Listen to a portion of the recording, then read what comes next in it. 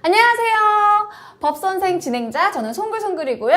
오늘도 법률사무소 율쌤의 윤윤 커플 나와주셨습니다. 네, 안녕하세요. 작은 윤 김도현 변호사입니다. 네, 안녕하세요. 큰 윤 허윤규 변호사입니다. 두 분 바뀌신 거 아니에요?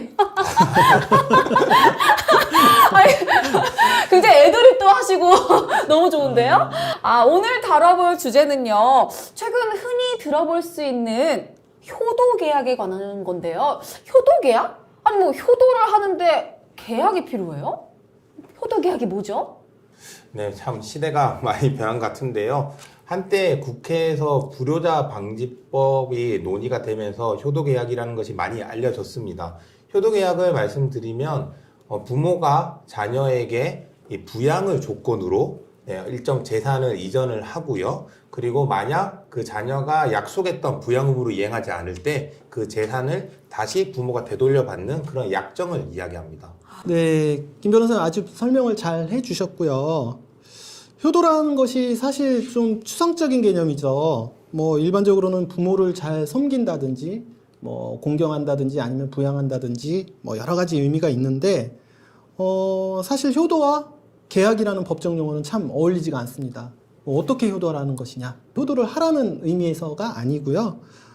이게 이렇게 생각하시면 될 것 같습니다. 과거에는 보통 그 부모님이 이제 나이가 드시면 자녀들이 부모님을 모시는 시대였죠. 근데 요즘은 좀 어떠신가요? 요즘은 좀 그런 거보다는 오히려 나이가 뭐 성년이 돼서도 부모님한테 의지하는 자녀들이 많이 생겼죠.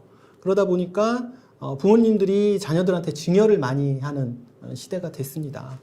근데 그러다 보니까 이 자녀들이 생전에는 재산을 물려주는 부모님한테 재산 물려주면 내가 효도를 잘하겠다, 부모님을 잘 모시겠다고 해놓고 막상 그 재산을 물려받고 나서는 태도가 돌변해서 부모님을 모시지 않는 이런 일들이 많이 생기게 됐죠. 그러다 보니까 자연스럽게 증여받은 그 자녀가 부모님을 잘 모시지 않으면 그 증여를 반환받겠다, 이런 형태의 계약들이 많이 발생하게 되는 것이죠. 굉장히 어떻게 보면 너무 씁쓸하네요. 이게 당연한, 효도가 당연한 건데, 아무래도 이제 우리 부모님 세대에서도 이 당연한 효도에 대해서 자기만의 이런 권리를 찾기 위한 그런 이제 제도인 것 같긴 해요. 그렇다면 이 효도 계약은 구체적으로 어떻게 진행이 되나요?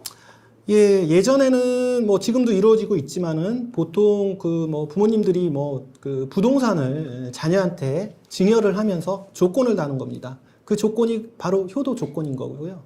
그럼 효도라는 그 조건을 단순하게 생각하면은 너무 추상적이지 않습니까?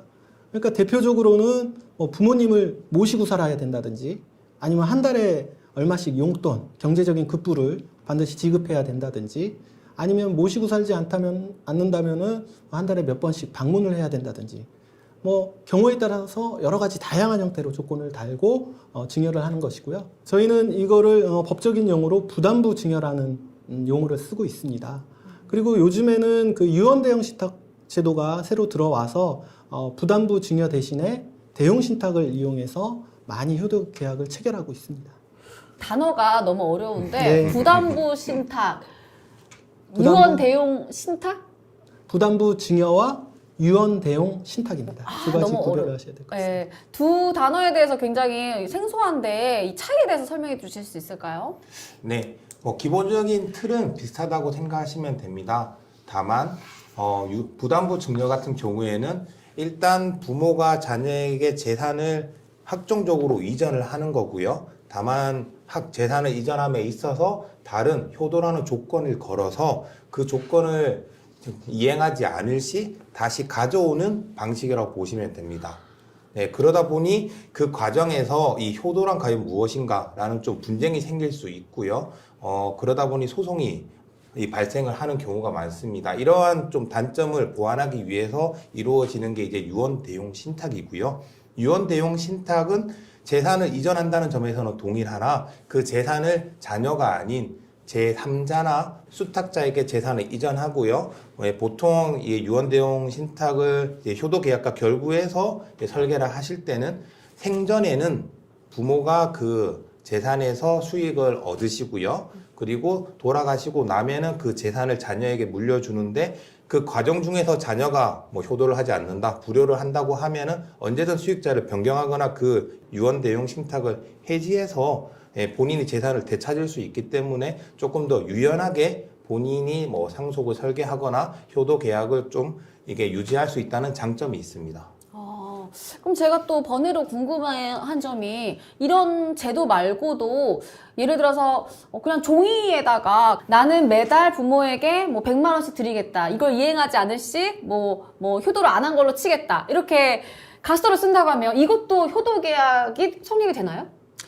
네, 그 지금 말씀하신 내용이 이제 사실은 모든 계약, 그러니까 계약이라는 건 약속을 의미하지 않습니까? 모든 약속은 어떤 형식으로든 계약을 체결할 수가 있습니다. 근데 계약을 체결했다고 해가지고 그게 뭐 법적인 효력이 있느냐? 지금 말씀하신 대로 내가 뭐 부모님을 잘 모시고 그 다음에 그 용돈 얼마씩 드리겠다라고 써놨다고 한들 만약에 그걸 지키지 않는다면 그걸 강제할 수 있는 방법이 있느냐 없느냐가 중요한 것 같습니다. 지금 우리 송골송골님께서 말씀하신 내용에 의하면 그 의무는 적어놨으나 그 의무를 이행 안 했을 때 어떤 뭐 불이익이나 이런 부분이 이제 안 정해져 있는 거죠. 그러니까 사실 그런 계약을 정해놓는다고 한들 뭐 어떻게 강제할 수 있는 방법은 없게 되는 것이죠. 실제로 이 부담부 증여나 유언대용 신탁에 있어서 계약을 이렇게 하신 분들 보면은 뭐 금액이나 뭐 재산 범위 이것도 굉장히 궁금해요. 어떤 사례가 있는지. 일단 부담부 증여 같은 경우에는 제가 말씀을 드리자면 실제 그런 판례가 있었습니다. 한 아버지가 계셨고요. 아버지가 이제 자녀에게 본인이 가진 이제 종로에 있는 주택이었는데요. 그거를 실제로 증여를 했습니다. 다만 증여를 하면서 이제 어머니와 나를 모셔라라고 부담부 증여를 하셨는데요. 원래 이제 조건으로는 그 자녀가 부모님과 같이 살면서 이제 부양을 하기로 했는데 뭐 그럼 제대로 그게 이루어지지 않았고요. 아버지 쪽에서 이제 그 부담부 증여에 따른 효도 계약을 지키지 않았다는 이유로 실제 소송을 걸었고요. 그래서 이제 서로 다툼이 일어났는데 결국 아버지가 승소하셔서 그 주택에 대해서 소유권을 가져온 사례가 있었습니다. 재산이 없는 부모는 그러면은 뭐 효도도 받지 말라는 건가? 되게 굉장히 씁쓸한데 또 다른 뭐 예시가 있을까요? 예시라기보다는 지금 이제 저희가 논의하고 있는 내용이 효도 계약을 체결할 때 부담부 증여로 할 것이냐 유언 대용 신탁으로 할 것이냐 이 부분에 대해서 좀 더 얘기를 해봐야 될 것 같습니다. 일단 부담부 증여를 한번 좀 쉽게 설명을 드리면 일반적으로 이제 재산을 물려주는 것들이 대부분 이제 부동산일 겁니다. 부동산 같은 경우에는 이제 증여로 간다라고 하면은 일단은 소유권 이전 등기가 예를 들어서 아버지에서 아들로 넘어가게 됩니다. 그래서 저희가 이제 흔히 등기부 등본이라고 얘기하죠. 그래서 등기부 등본상 소유권자가 바뀌게 됩니다. 바뀌게 되고 그 이후에 효도 조건, 아까 말씀드린 효도 조건을 이행하지 않았을 때 이제 반환을 받아야 되지 않습니까? 네. 근데 이게 등기부 등본 같은 경우는 한번 넘어갔다가 다시 받으려면은 그 아들의 협조를 받아야 됩니다. 그래서 아들이 약속을 지키지 않아서 아들한테 그 부동산을 다시 돌려줘라고 얘기했을 때 협조를 해서 두 명이 같이 공동 신청을 해야 이전 등기가 다시 또 반환이 되는데 아들이 그거를 거부했을 때에는 그걸 해결할 수 있는 방법은 소송밖에 없게 되는 것이죠. 이제 한번 생각해 보시면은 이게 말이 쉽지 아버지가 아들을 상대로 법원에 소장을 낸다는 게 그렇게 쉽지는 않은 그쵸. 얘기지 않습니까? 그래서 이런 게 그런 좀 문제점이 있었는데 이걸 좀 해결할 수 있는 방법이 생긴 게 최근에 유언 대용 신탁. 그러니까 증여와 신탁의 차이로 보시면 됩니다. 그 대용 신탁은 아들에게 바로 증여를 하는 게 아니라 생전에는 아들이 아닌 제3자, 친인척 아니면 뭐 더 친한 지인 아니면 요즘에는 금융기관을 또 이제 맡기기도 하죠. 금융기관에다가도 그 이제 수탁자라고 하는데요. 수탁자한테 수탁자와 신탁 계약을 체결해서 재산을 맡기고 관리를 시키면서 나중에 이제 돌아가셨을 때 이 재산을 내 아들 또는 아들 중에 누구한테 이렇게 물려주라는 계약이거든요. 네. 근데 앞선 사례하고 좀 틀린 건 바로 등기가 안 넘어간다는 겁니다.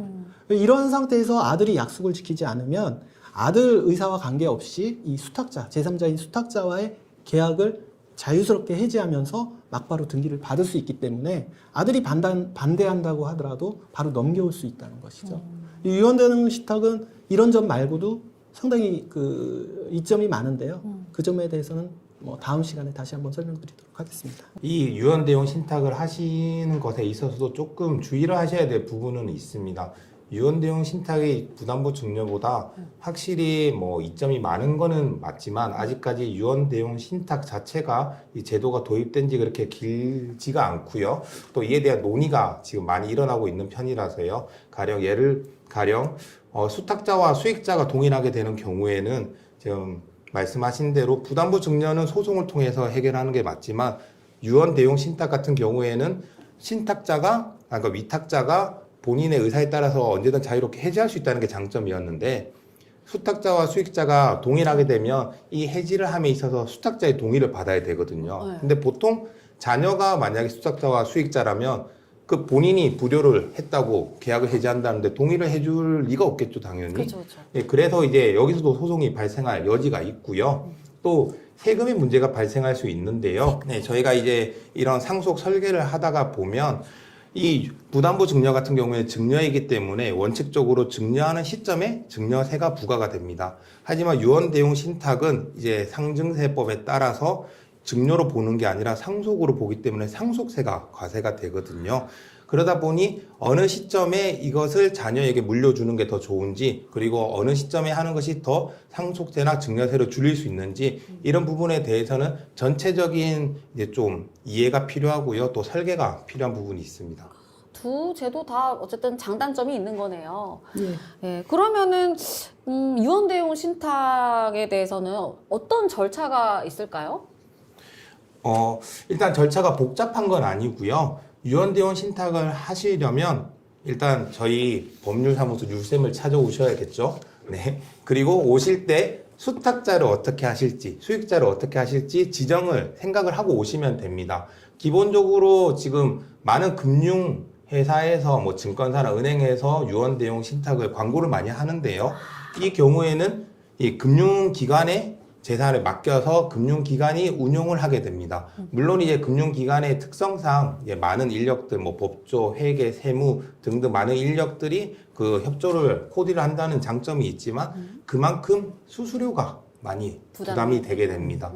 그래서 이제 큰 재산을 가지신 게 아니시거나 부동산만 가지고 있다든지 예금만 가지고 있다든지 해서 이런 수수료 쪽이 부담이 되신다면 저희 법률사무소 율쌤에 오셔서 상담을 받으시고 유언 대용 신탁을 진행하시면 됩니다. 수탁자만 지정하면은 우리 법률사무소에서 다 해결이 된다. 네. 어렵지 않다 이런 말씀을 해주셨는데 어찌됐든 뭐 부모 자식 간에 이런 계약까지 해야 된다는 그런 사실 굉장히 안타까운 현실이네요. 서두에도 말씀드렸다시피 이제 요즘에는 너무 이제 부모님들한테 의지하는 그런 젊은 세대가 이제 많이 늘어나다 보니까 이런 일들이 생기는 것 같고요. 한편으로는 뭐 어떤 여론기관에서 조사한 거에 의하면 이런 효도 계약이 필요하다고 응답한 비율이 한 77% 정도, 한 4명당 3명꼴이 있는 것 같습니다. 무조건 과거의 그 유교적 관념에 의해서 그 효만 강조할 게 아니라 어떤 이런 그 유언 대용 신탁이나 이런 제도의 이제 그 이점을 이용해서 어찌 보면은 사전에 가족 간의 갈등을 좀 미연에 방지한다는 차원에서 그런 기능에 주안점을 두고 좀 접근해야 되지 않을까 그렇게 생각하고 있습니다. 오늘 효도 계약에서부터 또 부담보 증여, 또 유언 대용 신탁까지 좋은 말씀 많이 들었는데요. 여러분 추운 겨울이지만 가족분들과 부모, 형제, 가족분들과 따뜻한 그런 시간 보내시길 바라겠습니다. 법률에 대해서 궁금한 점 있으시면 불러야겠죠? 법선생! 법선생! 다음에 만나요.